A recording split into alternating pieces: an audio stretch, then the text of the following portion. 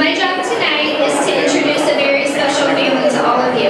Many of you have heard me speak over the years about my experience with rheumatoid arthritis and how I was diagnosed. Tonight, you're going to hear about my friend Hannah. Hannah is the daughter of Jeff and Becky Cohen. She is 9 years old and is a 4th grader at Woodson Elementary. Hannah loves to play with her 7-year-old sister Rachel. She likes to play video games, watch movies, and is currently an advanced brown belt in Taekwondo, so you better watch out. I'd now like to ask Hannah and her dad to come up to the stand.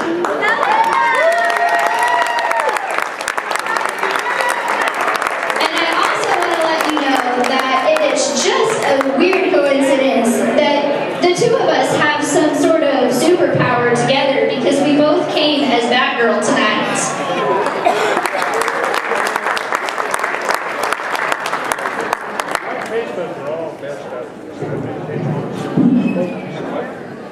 Thank you.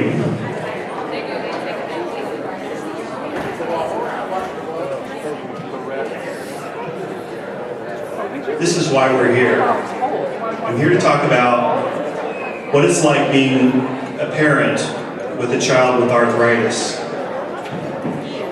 As you parents know, we always want what's best for our kids and to be healthy and to live a long, prosperous life. But sometimes life doesn't always go as planned, and life sometimes gets in the way. About this time last year, our daughter Hannah came home from church choir with a skin rash on the back of her legs. We treated it with Benadryl, and in the morning it was gone. After school, the next day the rash had returned. We treated it with Benadryl again, and in the morning it was gone. This became a daily occurrence. She seemed to develop new symptoms each week. First was the fever, followed by joint pain. During one of our many trips to the doctor, multiple nurses witnessed the onset of a rash and fever, so they realized something else was going on. After looking deeper into her blood work, the doctor and allergist said that her blood work was showing signs of arthritis.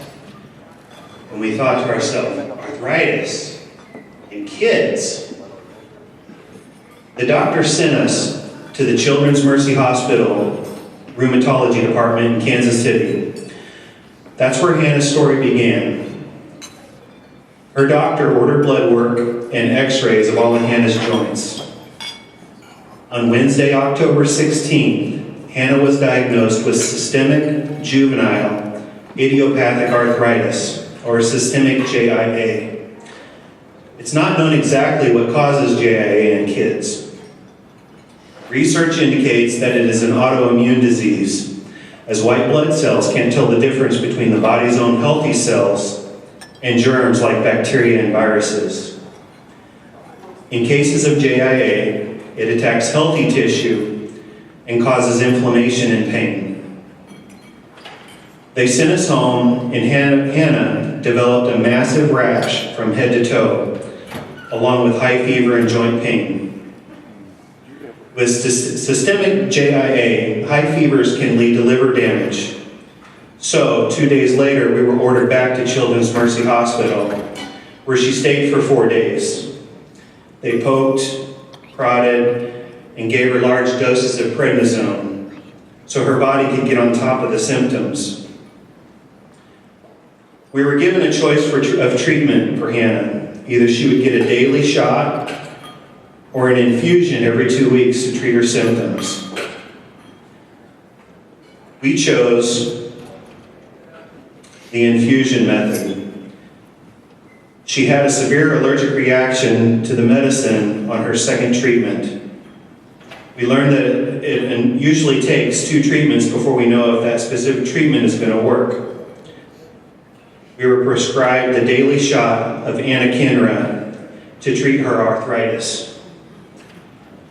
2 months later, her mother and I were out of town, and during that time, she would miss a daily dose. And the doctor believed it would be fine to miss just one day, but when we returned, we discovered that her symptoms started developing again. The next day, she got back on her daily schedule and the symptoms went away. The good news is the medicine is working.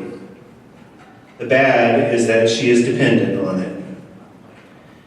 In hindsight, the symptoms had been there for a while, but we thought that they were just growing pains. Only when she had a full-blown episode did we realize there was more going on.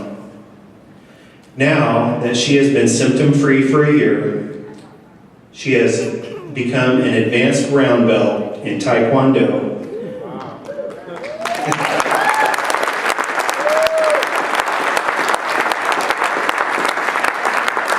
Breaking boards with her hands and feet. She participated in the arthritis walk this spring and completed the 3 miles, and also ran in her school's Warrior Run at the end of the school year. Now that the stiffness is gone, she is enjoying childhood in ways she never would have known, and is learning how to ride her bike now without training wheels. On October 22nd, we will return to Children's Mercy Hospital for her next 3-month checkup, which is also her 1-year evaluation. We hope to begin the process of tapering off of the medicine. If you want to learn more about Hannah's story, please go to www.hannahsstory.com. There are many other children in this world just like her. They need people like you to continue to step up and help fund the research so that we may someday find a cure.